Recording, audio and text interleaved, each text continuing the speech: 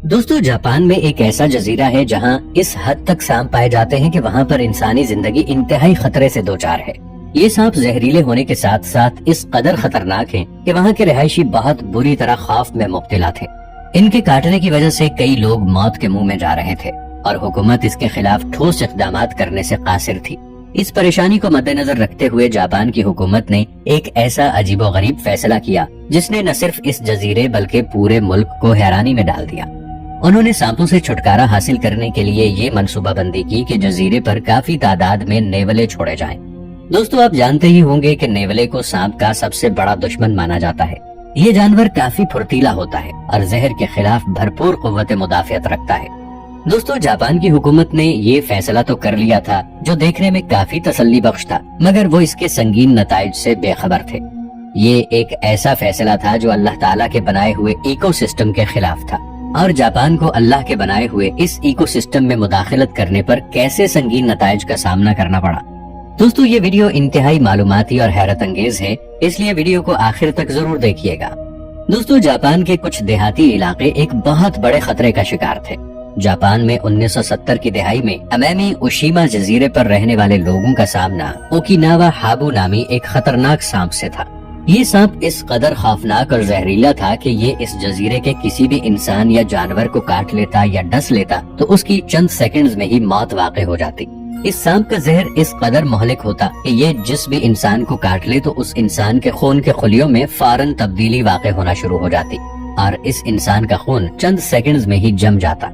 अगर इस सांप की जिसामत की बात की जाए तो ये जिस्मानी एतबार से बाकी सांपों के मुकाबले में काफी बड़ा है। अगर ये सांप किसी इंसान को काट लेता तो इस इंसान को शदीद सरदर्द, उल्टियां और बाज दफा मौत का सामना भी करना पड़ता है। जापान का ये जजीरा देहात पर मुहित है, इसलिए वहाँ पर सिर्फ इब्तिदाई तिब्बी इमदाद तक रसाई मुमकिन थी। इन सांपों ने वहाँ के लोगों की जिंदगी अजीरन बनाकर रख दी थी। 10 साल में तकरीबन 500 के करीब लोगों को इन सांपों ने मौत का निशाना बनाया। उनकी हुकूमत ये चाहती थी कि इस मसले को बुनियादी तौर पर हल किया जाए ताकि वहाँ पर रहने वाले लोग आसानी से लंबे अरसे तक सुकून से रह सकें। इसलिए सबसे पहले मरहले में इस सांप के जहर का तिर्याक तैयार किया गया, यानी कि एंटीडोट तैयार किया गया। मगर इस तिर्याक को महफूज रखने के लिए बिजली और रेफ्रिजरेटर की जरूरत थी और वो इलाका देहाती होने की वजह से वहाँ पर ये सहूलियात मुयस्सर नहीं थी। अब ये मसला दिन ब दिन जोर ही पकड़ता जा रहा था। इन मसाइल से निपटने के लिए बिलाखिर जापान की हुकूमत को एक कड़ा फैसला करना पड़ा। उन्होंने अपनी तरफ से ये खासा दानिशमंदाना फैसला किया था। जापान की हुकूमत ने 1989 यानी 1989 में इकोसिस्टम में मुदाखलत करने की कोशिश की। उन्होंने इस जजीरे में सांपों के मुकाबले में नेवले को छोड़ने का फैसला किया। उन्होंने सोचा कि नेवला एक इंतहाई छोटा मगर इंतहाई ताकतवर जानवर भी है जो सांप के जहर का बाआसानी मुकाबला कर सकता है और वो सांपों को अपना शिकार बनाएगा। इस तरह इस जजीरे से सांपों का आसानी से खात्मा हो सकता है। उन्होंने नेवले की फितरी सलाहियत को आजमाने के तौर पर सांपों के दरमियान नेवलों को छोड़ दिया।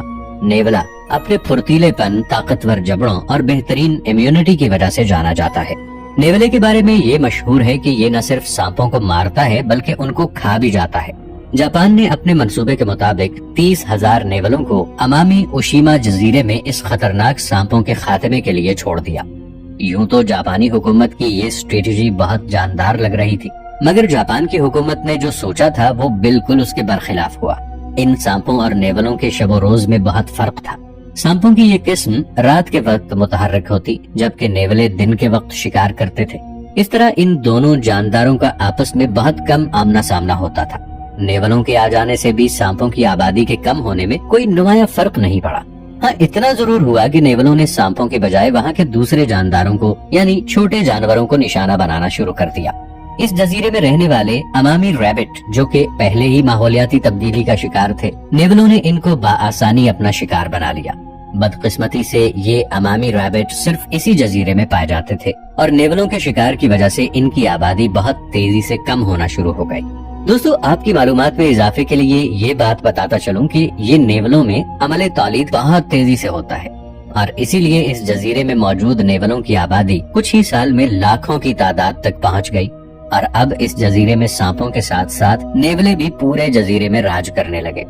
इस जजीरे का माहौलियाती निजाम पहले ही बहुत नाजुक मराहिल से गुजर रहा था। اب وہ مزید تباہی کے دہانے پر پہنچ گیا اور کچھ ہی عرصے بعد جاپان کی حکومت کو یہ احساس ہو گیا کہ انہوں نے اس جزیرے پر نیولوں کو چھوڑنے کی جو حکمت عملی اپنائی تھی وہ سراسر غلط تھی، اس کا بلکہ الٹا نقصان ہوتا جا رہا تھا۔ تب جاپان کی حکومت نے نیولوں سے نپٹنے کے لیے ایک نئی منصوبہ بندی کو ترتیب دیا۔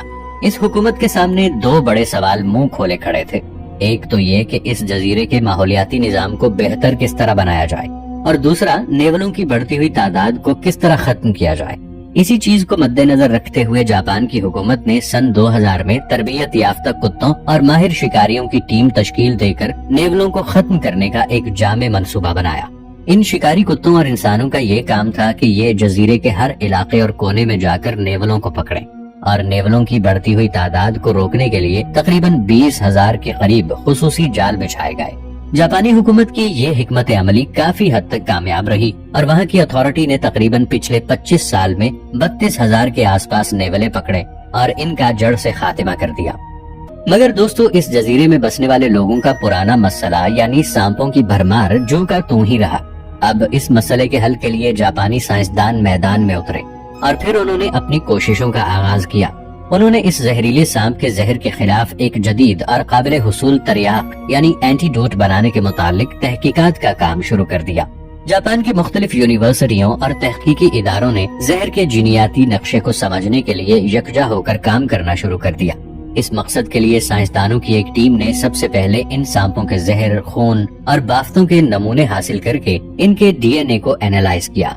اس تحقیق کے ذریعے 60 عدد جینز کے بارے میں معلومات حاصل ہوئی جو زہر کی تیاری میں شامل فہرست ہیں۔ ان جینز کے بارے میں ٹھوس معلومات حاصل کر کے انہی کی بنیاد پر تریاق بنانے کا کام شروع ہوا۔ یہ تحقیق صرف سانپوں کے زہر کے علاج تک محدود نہیں رہی، بلکہ اس سے اور بھی مختلف بیماریوں مثلاً کینسر اور دل کی بیماریوں کے لیے شفا کی امید بھی پیدا ہوئی۔ نیولے کو زہریلے سانپوں کے ساتھ مقابلے کے لیے جزیرے میں چھوڑنا شاید ایک انوکھا فیصلہ ہو سکتا ہے، مگر یہ اللہ تعالیٰ کے کاموں میں چھیڑ چھاڑ تھی۔ دوستو، یہ چھیڑ چھاڑ کوئی پہلی مرتبہ نہیں، بلکہ بہت سے ممالک نے ماحولیاتی آب و ہوا اور ایکو سسٹم کو اپنے قابو میں کرنے کی کوشش کی، تو ایسے ممالک کو سنگین نتائج کا سامنا کرنا پڑا۔ بعض ممالک میں یہ تباہ کن اثرات عرصے تک حاوی بھی رہے، اور کچھ ممالک نے اپنی بہترین اور دانشمندانہ حکمت عملی سے بہت سے مسائل کو حل کر لیا۔ اسی طرح چین کا ایک بہت بڑا حصہ جب صحرا میں تبدیل ہوتا جا رہا تھا، انہوں نے صحرا میں جنگلات اگانے کی کوشش بھی کی، مگر انہیں خاطر خواہ کامیابی حاصل نہ ہو سکی۔ چائنا نے اس جگہ پر ایگریکلچر کے فروغ کے لیے بہت کوشش کی۔ اس کا یہ فائدہ ہوا کہ صحرا کے آس پاس رہنے والے لوگوں کو روزگار ملنا شروع ہو گیا۔ ریسرچرز نے اس ریگستان میں ایسے پودوں کو لگانا شروع کیا جو کم پانی میں بھی پروان چڑھ سکیں۔ صحرا کو ختم کرنے کے لیے جانوروں کو بھی استعمال کیا گیا۔ اس ریگستان میں فرانس سے منگوائے گئے خصوصی 12 لاکھ خرگوش چھوڑے گئے، جن کا نام ریکس ہیئر ریبٹس تھا۔ فرانس سے لائے گئے یہ خرگوش چین کے لیے کافی فائدہ مند ثابت ہوئے، کیونکہ یہ خرگوش زمین کی کھدائی کر کے زمین کے اندر گھر بنا کر رہتے تھے۔ جب وہاں کے خرگوشوں نے صحرا میں لگا گھاس کھایا تو پاخانے کے ذریعے کھدائی والی زمین پر ان کے بیج پھیل گئے، تو ہر طرف ہریالی، صحرا